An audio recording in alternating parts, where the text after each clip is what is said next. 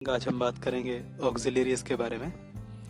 Auxiliaries जो कि helping verb भी होते हैं, उनकी इंट्रोडक्शन देखते हैं और उसको डिफाइन करेंगे। पहले उसका जो मतलब है I will define it, and उसके बाद इसके जो काइंड्स है उसको कैसे कैसे यूज़ करते हैं, क्या होते हैं वैसे बेसिकली ऑक्सिलरीज, और या फिर उनको हेल्पिंग वर्ब बोल सकते हैं। तो वो होते क्या है, उनकी डेफिनेशन क्या है, कैसे यूज़ कर सकते हैं, किस तरह का जो कॉन्सेप्ट है वो हम आज देखने वाले हैं। To begin with, an auxiliary verb is a verb that adds functional or grammatical meaning to the clause in which it occurs, so as to express tense, aspect, modality, voice, emphasis, etc. Auxiliary verbs are also called helping verbs, helper verbs और verbal auxiliaries। ठीक है, उनके नाम दिए गए हैं। Helping verbs भी बोल सकते हैं, देन हेल्पर वर्ब्स और verbal auxiliaries are another names for the same concept. ठीक है, क्या करते हैं, फंक्शनल मीनिंग ऐड करते हैं या फिर ग्रामेटिकल मीनिंग ऐड करते हैं अगर, तो उनको ऑक्सिलरीज बोला जाता है। जैसे अगर हम टेंस की बात करें, बेसिकली टेंस क्या बताता है, टाइम बताता है। ठीक है, जैसे नाउन क्या बताता है, नेम बताता है। ठीक है, ऐसे ही टेंस टाइम बताता है। सीधा सा मतलब यही है टेंस का कि वो टाइम बताएगा, टाइम की तरफ इशारा करेगा। ठीक है, समय बताएगा। कोई काम हो रहा है या होगा या हो चुका या फिर हो गया है, इस तरह से आमतौर पे होता है, तो वो टेंस होता है, बेसिकली टाइम बताता है। तो उसको जैसे टेंस है, सपोज विल है, विल एक वर्ड है जो अगर मेन वर्ब, किसी भी मेन वर्ब के साथ अगर उसको यूज करेंगे, अप्लाई करेंगे, तो वो उसके मीनिंग में फ्यूचर का टेंस ले आएगा। जैसे आई डू माई होमवर्क, मैं अपना होमवर्क करता हूँ, तो ये सिंपल है, सीधी सी बात है। अगर मैं ये कहूँ I will do my homework, मतलब मैं अपना होमवर्क करूंगा। ठीक है, तो क्या कर दिया उसने, टेंस एक्सप्रेस कर दिया। ठीक है, इस तरह से, और वो एक हेल्पिंग वर्ब की तरह भी काम कर रहा है विल। ठीक है, उसको ऑक्सिलरी भी बोलते हैं। अगर अकेले एक विल को उसका मतलब देखा जाए एज अ नाउन, तो उसका मतलब होता है इच्छा, लेकिन अगर ग्रामेटिकली उसकी आइडेंटिटी क्या है, तो वो एक ऑक्सिलरी है। ठीक है, ऐसे आस्पेक्ट होता है, he is not of this opinion और he does not have this opinion. ठीक है, उसका ऐसा ओपिनियन नहीं है, तो इस तरह से कह सकते हो। ठीक है, तो डज भी एक ऑक्सिलरी की तरह वहां पे काम कर रहा है, यानी हेल्पिंग वर्ब की तरह काम कर रहा है। ठीक है, वो आगे हम पढ़ेंगे। मोडेलिटी मतलब कैन होता है, जैसे मॉडल से बेसिकली वो लिया वर्ड, कैन होता है, then could, then should, shall, will, would, may, might, must, इस तरह के जो वर्ड्स होते हैं वो मॉडल्स होते हैं, तो मोडेलिटी वहां से लिया गया। वॉइस, वॉइस होता है, एक्टिव होती है, एक पैसिव वॉइस होता है, आपको पता ही है। अगर मैं कहूँगा आई डू दिस वर्क, मैं ये काम करता हूँ, ठीक है, तो ये एक्टिव वॉइस हुई। और अगर मैं कह दूं पैसिव, मतलब जिसमें सब्जेक्ट छुप जाता है कहीं ना कहीं, जैसे this work is done by me, ये वर्क मेरे द्वारा किया जाता है। ठीक है, तो वो इतना फोर्स नहीं नजर आती उसमें, तो इस तरह से पैसिव वॉइस हो गया। पैसिव का मतलब यही है जो थोड़ा सा सुस्त हो, मतलब एक्टिव नहीं हो इतना ज्यादा, तो उसको पैसिव बोल देते हैं। ठीक है, वो आस्पेक्ट है लैंग्वेज के, जैसे आस्पेक्ट की हमने बात की, तरह तरह के एक आयाम होते हैं कि भाई ये एक आस्पेक्ट है लैंग्वेज का, एक ये उसका प्रकार है, इस तरह से भी लिख सकते हैं मतलब सेंटेंसेस को। So it generally adds variety to the kind of sentences we can form, conveying the same meaning. Emphasis, जोर दे के किसी बात पे। ठीक है, जोर देना, जैसे I go to play with my friend, मैं अपने दोस्त के साथ खेलने जाता हूँ, और इसी बात को अगर आप थोड़ा जोर दे के बोलोगे कि भाई that you are very happy that you go to play with your friends, तो उसको कैसे कन्वे करोगे, I do go to play with my friend, I do go to play with my friend, मैं खेलने जाता हूँ अपने दोस्त के साथ। तो वो डू वहाँ पे एम्फेसाइज कर रहा है, जोर देने का जो काम कर रहा है। ठीक है, नाम बता दिए, हेल्पिंग वर्ब्स होते हैं और हेल्पर वर्ब्स बोल देते हैं, देन वर्बल ऑक्सिलरीज बोल देते हैं उनको। ठीक है, next, so there are 3 common auxiliary verbs. कौन कौन से, have, then do, then be. ठीक है, नेक्स्ट स्लाइड में देखते हैं कि इनके काइंड्स कौन कौन से होते हैं। हैव, देन हैव की जो फॉर्म्स है, has, have, having, had, then hadn't, यानी हैड नॉट भी बोल देते हैं जिसको। ठीक है, वो शॉर्ट फॉर्म हो चुकी, तो had not, hadn't, had, having, have, has.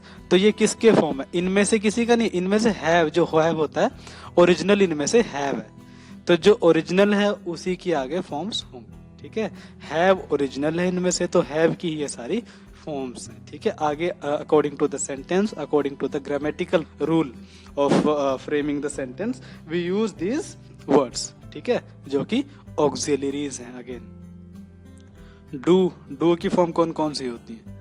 Does, then done, did, didn't यानी डिड नॉट भी बोल देते हैं जिसको, डज नॉट। तो ये सारी फॉर्म्स डू की हुई। ठीक है, डू की फॉर्म्स हुई।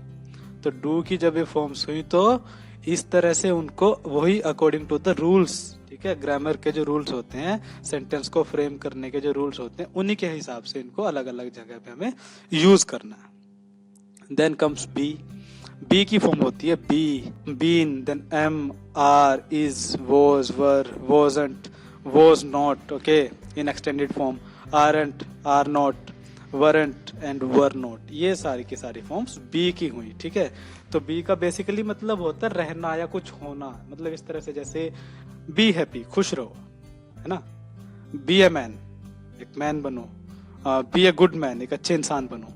ठीक है, और इस तरह से बी का बेसिकली मतलब हो जाता है। तो लेकिन बी की फॉर्म्स भी हैं, तो इनसे ऐड होता है मीनिंग आगे। ठीक है ना, ये सारे के सारे जो है हेल्पिंग वर्ब्स हैं। मेन वर्ब के आगे या मेन वर्ब से पहले आके उसका जो सेंटेंस का जो मीनिंग है उसमें एक चेंज लेकर के आते हैं। तो यही काम होता है ऑक्सिलरीज का। हैव की, डू की और बी की फॉर्म्स हमने देख ली है। ठीक है, नाउ मॉडल ऑक्सिलरी वर्ब्स, जैसे वो मॉडलिटीज की जैसे हमने बात की, तो अगर कैन है, कैन के काफी यूज हो सकते हैं। जैसे अगर मैं पोटेंशियल एबिलिटी दिखाने के लिए भी यूज होता है कैन, जैसे I can swim very well, मैं बहुत अच्छी तैराकी कर सकता हूँ, और या फिर मैं बहुत अच्छे से तैर सकता हूँ। ठीक है, तो कैन यहाँ पे एबिलिटी दिखा रहा, क्षमता दिखा रहा कुछ करने की। ठीक है, that I can do something, यानी मैं कुछ कर सकता हूँ, इस तरह से पॉसिबिलिटी दिखा सकता है, संभावना कुछ होने की। जैसे इट कैन रेन टुडे, आज बारिश हो सकती है, इस तरह से। ठीक है, my parents can come to school today, मेरे अभिभावक, माता पिता आज स्कूल आ सकते हैं, पता नहीं है लेकिन आ सकते हैं। ठीक है, तो और भी यूज हो सकते हैं। जैसे अब कुड है, कुड कैन का पास्ट फॉर्म की तरह यूज कर सकते हो बेसिकली आप, एक इस तरह से ये भी है। जैसे I could swim very well when I was a young boy और अ यंग मैन, जब मैं यंग था, जवान था, तब मैं बहुत अच्छे से तैराकी कर सकता था, बहुत अच्छे से तैर सकता था, इस तरह से सकता था, अभी नहीं, वो पास्ट की बात हो चुकी। ठीक है, तो पास्ट फॉर्म हो चुकी इस तरह से। देन रिक्वेस्ट के लिए बेसिकली यूज कर लेते हैं हम, जैसे could you please tell me the address of this place, इस जगह का एड्रेस आप बता सकते हो प्लीज। तो इस तरह से वो एक हम्बल, पोलाइट, एक विनम्र निवेदन के लिए कर सकते हैं। ठीक है, इस तरह से। देन मे भी पॉसिबिलिटी के लिए भी यूज हो सकता है, जैसे इट मे रेन टुडे, आज बारिश हो सकती है। अब देखिए, कैन का भी पॉसिबिलिटी के लिए यूज हो सकता है, देन मे का भी पॉसिबिलिटी के लिए यूज हो सकता है। So what is the difference between both, दोनों में फिर डिफरेंस क्या हुआ? में और कैन में से पॉसिबिलिटी में, कैन में पॉसिबिलिटी थोड़ी ज्यादा होती है, कैन में पॉसिबिलिटी थोड़ी ज्यादा होती है। मतलब अगर दोनों की बात करें, आज बारिश हो सकती है, it can rain today and it may rain today, so what is the difference? तो कैन में थोड़ी सी पॉसिबिलिटी ज्यादा होती है, 70% चांसेस है कि भाई आज बारिश हो जाएगी। में वही चांसेस आके कोई 30% या 40% हो जाते हैं। ठीक है, इस तरह से कर सकते हैं। ठीक है, तो मतलब थोड़ा सा डिग्री का कम है, डिग्री ऑफ पॉसिबिलिटी, डिग्री कम है यानी। ठीक है, इसमें 40% चांस है में और कैन में 70%, तो इस तरह से। देन मे का और यूज भी है परमिशन के लिए, जैसे मे आई कम इन सर। ठीक है, यू मे कम इन, आप अंदर आ सकते हो, तो इस तरह से। ठीक है, मे आई स्टे विद यू, क्या मैं आपके साथ ठहर सकता हूँ फॉर सम टाइम, कुछ समय के लिए, तो इस तरह से मे। ठीक है, इस तरह से। देन माइट क्या होता है? माइट का पहला यूज मैं वही बताऊं, अगर पॉसिबिलिटी के लिए भी इसको यूज कर सकते हैं। ठीक है, आप देखिए, कैन और मे और माइट, तीनों में एक चीज तो कॉमन है कि भाई तीनों को पॉसिबिलिटी के लिए यूज कर सकते हैं, संभावना दर्शाने के लिए, है ना, to highlight possibility. It might rain tomorrow, कल बारिश हो सकती है। ठीक है, अब it may rain tomorrow, it can rain tomorrow, तो माइट में डियर डिग्री का ही फर्क है तीनों में, जैसे मैं बता रहा हूँ। तो मे से थोड़ी सी ज्यादा होती है डिग्री माइट में, ठीक है। अब जैसे मे अगर मैं लगाऊं, यूज करूँ तो 40% चांस है सपोज, माइट में वो चांस आके 50% हो जाते हैं, यानी थोड़े से ज्यादा चांस है बारिश होने के। और अगर मैं कैन बोल दूं, इट कैन रेन टुमारो, तो कैन में फिर 70%, उसमें सबसे ज्यादा है, ठीक है। तो कैन में सबसे ज्यादा चांस होते हैं, माइट में उससे कम, और मे में सबसे कम, ठीक है। इस तरह से पॉसिबिलिटी हो चुका, ठीक है। तो इस तरह से माइट का भी यूज हो सकता है, ठीक है। देन मस्ट और माइट इस तरह से भी यूज हो सकता है, जैसे उसने कुछ किया होगा इस तरह से कि भाई ये उसने किया हुआ, इस तरह से कि भाई why this door is open, someone might have come और someone might have entered this room, यानी ये क्यों रूम खोला, यानी कोई इस रूम में, किसी ने इस रूम में एंटर किया होगा। तो इस तरह से might का यूज कर सकते हैं, ठीक है। I might have gone there, मैं जरूर गया होऊंगा वहां, I might have gone there but I do not remember it clearly now, अभी मुझे वो अच्छे से याद नहीं है। तो इस तरह से भी यूज हो सकता है, ठीक है। और भी यूज है। मस्ट होता है स्टूडेंट्स, कोई काम करना ही पड़ेगा। अगर ऐसे रूल्स के अकॉर्डिंग, अगर लीगली अगर हम किसी को फोर्स करें कुछ करने के लिए, जैसे you must come on time in the office, ठीक है। ऑफिस तुम्हें टाइम पे आना पड़ेगा, मस्ट, ठीक है। Otherwise punishment could be mated out, इस तरह से कर सकते हैं, ठीक है। कि भाई मस्ट का ऐसे यूज हो सकता है, ठीक है। कोई फोर्सफुली के एक अंदर या एक बाहर से प्रेशर आता है, जैसे तो बाहर से है, अंदर से प्रेशर आता है, खुद ही एक अपनी जो कॉन्साइंस है, अपनी जो आत्मा होती है, वो हमें कई बार ऐसा होता है कि भाई कुछ करने के लिए बाध्य करती है। जैसे कोई काम हमें, जैसे we must help the poor, हमें गरीबों की मदद करनी चाहिए, मस्ट करनी ही चाहिए, ठीक है। तो ये किसका, अगर नहीं करेंगे तो पनिशमेंट तो मिलेगी नहीं, लेकिन वो अंदर से कॉन्साइंस की बात होती है, ठीक है, अपनी एक आत्मा की बात होती है। ऐसे इस तरह से मस्ट का यूज कर सकते हैं, ठीक है। मस्ट, जैसे अगर कोई किसने भाई कोई काम, जैसे जरूर, कोई थोड़ी फोर्स हो जाती है, जैसे someone must have come here, कोई जरूर आया होगा यहाँ, थोड़ी फोर्स देगा। माइट में भी ऐसा हो सकता है, लेकिन मस्ट में थोड़ा सा डिफरेंस ही हो जाता है कि फोर्स का जो यूज होता है उसमें थोड़ी फोर्स ज्यादा हो जाती है, और यानी संभावना भी बढ़ जाती है किस तरह से, ठीक है। देन ought to और should में डियर डिफरेंस नहीं होता इतना, मतलब सेम होता है। एडवाइस देने के लिए जैसे इसका मेनली यूज करते हैं, जैसे मैं शुड से शुरू करूंगा फिर ought to पे आएंगे। शुड का मतलब क्या है भाई, शुड का कोई काम करना चाहिए, जैसे एडवाइस देने के लिए, जैसे यू शुड वॉक डेली, तुम्हें हर रोज वॉक करनी चाहिए, टहलना चाहिए हर रोज, ठीक है। तो इस तरह से शुड का यूज हो सकता है।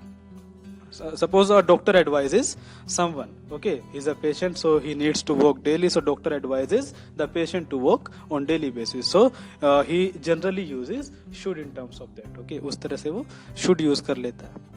ought to भी वही है, you ought to walk daily, तुम्हें हर रोज टहलना चाहिए, हर रोज वॉक करना चाहिए, तो इस तरह से कर सकते हैं उसको, ठीक है। सो ought to should दोनों सेम है।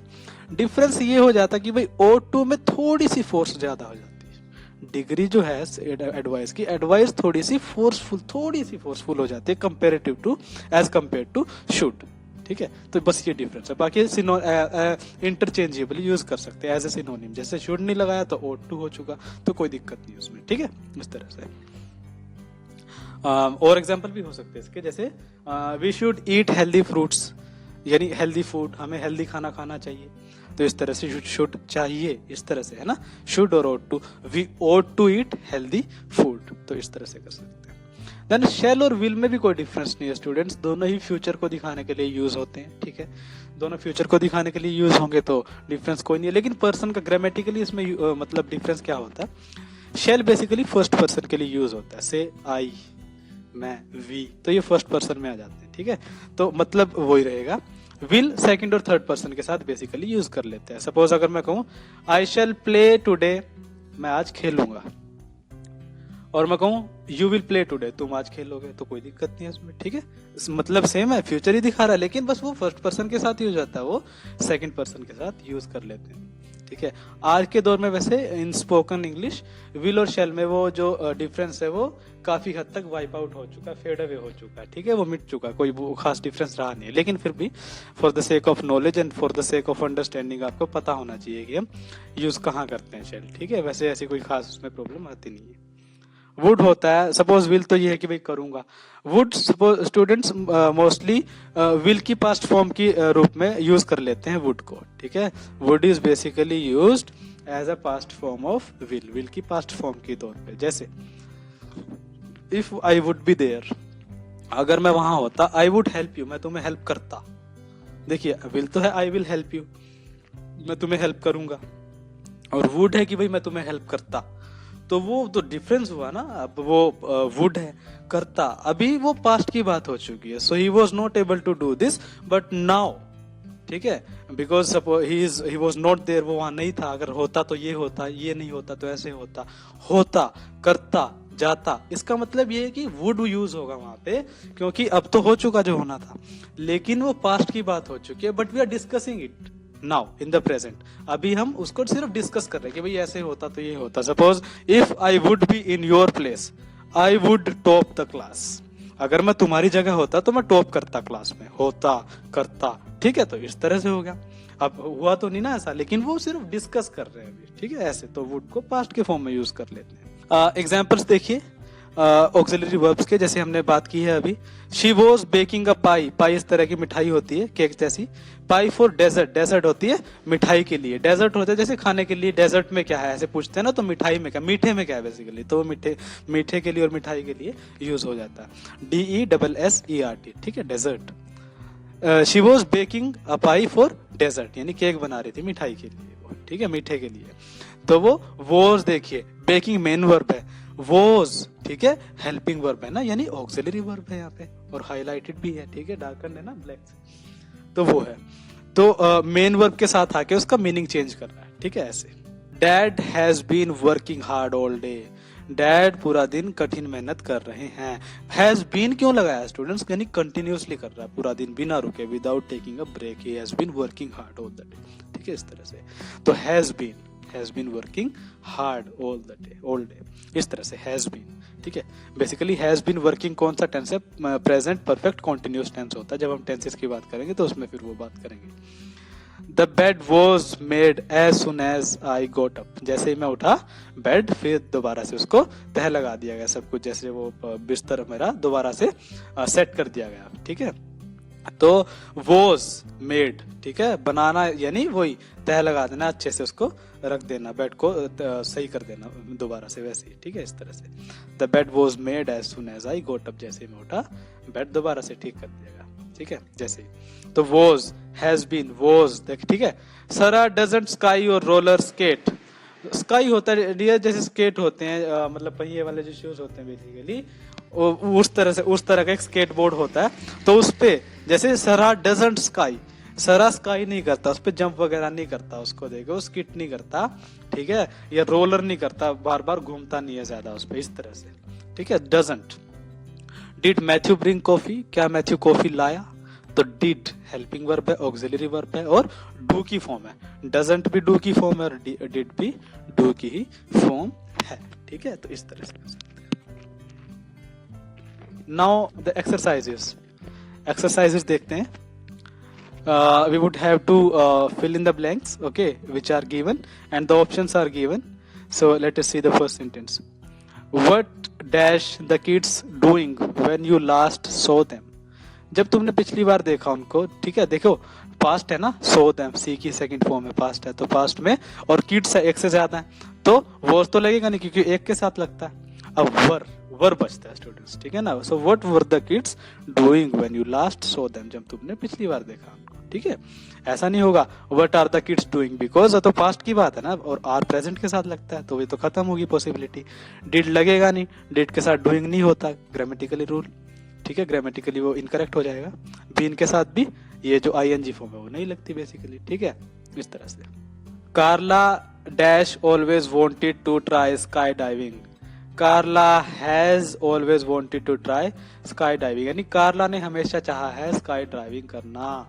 अगर मैं ये कहूँ was always wanted, Carla was always wanted to try sky diving, कोई सेंस नहीं बनेगी। डजंट ऑलवेज वांटेड, नो, बिल्कुल भी नहीं, क्योंकि डजंट होता तो वर्ब की फर्स्ट फॉर्म होती है यहाँ पे, इस तरह से। Is wanted, is always wanted incorrect है, ठीक है, जैसे वॉज इनकरेक्ट है तो इज भी इनकरेक्ट है। हैव ऑलवेज वांटेड ऐसे इनकरेक्ट होगा क्योंकि कार्ला है तो एक के साथ हैज लगता है, ठीक है। हैज और हैव में बेसिकली डिफरेंस कोई नहीं होता मीनिंग के सेंस में, ग्रामेटिकली डिफरेंस ये होता है, प्लूरल के साथ बेसिकली हैव हैव लगा देते हैं, ठीक है। I is an exception, I exception है वहां पे, ठीक है, क्योंकि आई सिंगुलर है तब भी हैव लगता है, तो वो अपवाद हो गया जहाँ पे रूल लागू नहीं होता। तो एक के साथ हम हैज और एक के साथ हैव लगाते हैं, तो एक है भी तो सिंगुलर है ना, तो हैज यहाँ पे यूज हो जाएगा, ठीक है, तो इसीलिए वो हाईलाइटेड है। Next, where dash you go on summer vacation, कहाँ जाते हो समर वेकेशन पे, मतलब कहाँ गए। Did, where did you go on your summer vacation, तुम समर वेकेशन पे कहाँ गए, ठीक है। देखो वर नहीं लगेगा, वर के साथ तो आईएनजी होता, तो करेक्ट इनकरेक्ट हो गया। Where been you go incorrect है, ठीक है, सेंस नहीं बनेगी। Where are you go, no, are you go बिल्कुल नहीं होगा, जब वर नहीं लगेगा तो आर भी नहीं लगेगा, ठीक है ना। Where does you go, no, you के साथ कभी डज नहीं लगता, अगर डू लगता है या फिर डिड लगता है, ठीक है। अब डू और डिड में से डिड लगेगा क्योंकि पास्ट की बात हो रही है। Where did you go on your summer vacation, तुम समर वेकेशन पे कहाँ गए, इस तरह से कर सकते हो। और वैसे भी डू इसमें ऑप्शन भी नहीं है, फिर तो हम कंटेम्पलेट करते हैं, सोचते हैं उसको कि डू प्लेस करें यहाँ पे, लेकिन डू नहीं है तो फिर जो बेस्ट ऑप्शन होगा वो डिड होगा। Why do you think she dash call you like she said she would, मतलब तुम्हें क्या लगता है उसने तुम्हें क्यों कॉल नहीं की, जैसा उसने कहा भी था कि वो करेगी। didn't, कि भाई तुम्हें क्यों लगता है कि भाई मतलब तुम्हें क्यों लगता है she didn't call you, कि उसने तुम्हें कॉल नहीं की। she didn't call you, ठीक है, like she said she would. अब देखिए मीनिंग की सेंस भी बननी चाहिए स्टूडेंट्स, ऐसा नहीं कि ग्रामेटिकली कोई सेंटेंस बस करेक्ट लग रहा है आपको तो आपने उसको प्लेस कर दिया, एक नेचुरली साउंड भी लगना चाहिए कि भाई हाँ एक वो एक सेंस भी बननी चाहिए इस तरह से। Why do you think she didn't call you, ठीक है, like she said she would, कि भाई वो कॉल करेगी लेकिन कॉल नहीं की ना उसने, शी डिडंट कॉल यू। अब she hasn't call you, no, hasn't होता तो कॉल्ड होता, फिर हैज के साथ तो थर्ड फॉर्म लगती है, पॉसिबिलिटी खत्म। हैज बीन नहीं लगेगा फिर तो कॉलिंग हो जाता, लेकिन कॉल है यहाँ पे, तो हैव नहीं लगेगा थर्ड फॉर्म होती क्योंकि यहाँ पे फिर, लेकिन थर्ड फॉर्म तो नहीं है, तो क्या बचता है, डिडंट बचता है, बस यहाँ पे प्लेस कर सकते हो। Next, Mary dash going to be upset when she hears what happened, Mary is going to be upset when she hears what happened, Mary बहुत उदास होने वाली है सुन के कि क्या हुआ, ठीक है, तो मैरी बहुत उदास होने वाली है सुन के कि जो हुआ वो सुन के वो बहुत उदास होने वाली है, तो इसको क्या कहेंगे। Mary will going to, no, Mary will be going to हो सकता था, लेकिन विल बी तो नहीं है यहाँ पे, खत्म होगी possibility. Mary don't going to, don't going तो बिल्कुल नहीं होता, डोंट के साथ तो गो होता है या फिर, ठीक है ना, तो आईएनजी तो फॉर्म नहीं लगती। डिडेंट गोइंग वो भी नहीं लगेगा क्योंकि जब डोंट नहीं होगा तो डिडेंट भी नहीं होगा स्टूडेंट्स, ठीक है ना, तो डिडेंट के साथ भी तो फिर गो ही होगा ना, आईएनजी तो नहीं होगा। मैरी हैज गोइंग वो नहीं होगा बिकॉज मैरी हैज बीन होता फिर तो, ठीक है, और वो ग्रामेटिकली करेक्ट होता लेकिन उसका मीनिंग कोई नहीं बनता। Is, Mary is going to be upset when she hears what happened, ठीक है, Mary is going to be upset, Mary is going to be यानी वो उदास होने वाली है सुन के कि क्या हुआ, यानी जो हुआ वो सुन के वो बहुत उदास होने वाली है, तो Mary is going to be upset when she hears what happened. Okay, so students, again, now I hope that I've been able to convey the meaning of these auxiliary verbs, okay, and I am pretty hopeful that I've been able to convey the meaning, and I've tried my best to make you understand as to what auxiliary verbs are and how do we use them, and what all uses are there, how do we use them, how we use all these things into the exercises where the blanks are given, okay, so what are the forms of the given auxiliary verbs, and what else was there, so everything else has been discussed, I believe, and now you will surely be able to fetch a hint as to how to use all these things into your language. So thank you very much again.